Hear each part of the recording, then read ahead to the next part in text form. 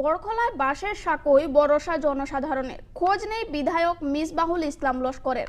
এতেই থাকছে প্রশ্ন, বিধায়ক কি কুম্ভ নিদ্রায়? সরকার যখন গ্রাম উন্নয়নের খাতে কোটি কোটি অর্থ ব্যয় করছে, সে সময় কাছাড়ের বড়খলা বিধানসভা কেন্দ্রের একটি গ্রাম থেকে উঠে এলো এক করুণ ছবি, যা দেখলে চোখ কপালে উঠবে আপনারও। স্বাধীনতার ৭৭ বছর পরেও বড়খলা বিধানসভার রামপুর জিপির বিজয়পুর আনোয়ারপাড় গ্রামে বাঁশের সাঁকোই একমাত্র ভরসা। কর্দমাক্ত রাস্তায় পা ফেলে ও বাঁশের সাঁকো পার হয়ে জীবনের ঝুঁকি নিয়ে চলাফেরা করছেন প্রায় ৩০টি পরিবারের মানুষ।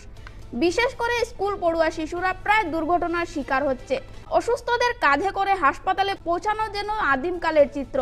সরকারি গ্রাম উন্নয়ন প্রকল্পে বিপুল অর্থ বরাদ্দ হলেও স্থানীয় বিধায়ক মিসবাহুল ইসলাম লস্করের উদ্যোগের অভাবে এই গ্রাম রয়েছে উন্নয়নের বাইরে।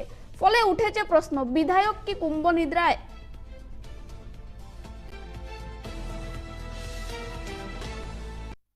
বড় কষ্ট করি আর এই রাস্তার লাগে কিবা এই নালার লাগে বাসর ফুল প্রত্যেক বছর ওষুধ দেওয়া লাগে বেদান ভরিয়া হরুতা হাত পাও ভাঙে কষ্ট করে মেডিকেল নেওয়া লাগে এই অবস্থা আমরা ছাত্র তো বাদি অঙ্গনাদিও আছে এর বাদে এলপি স্কুলও আছে দিও তো গরুর হোদারও আছে এটাও আনোয়ার পারে এলপি স্কুলও আনোয়ার পার আছে থাকিও যাইন সকাল থাকিও ন আইন এটা তো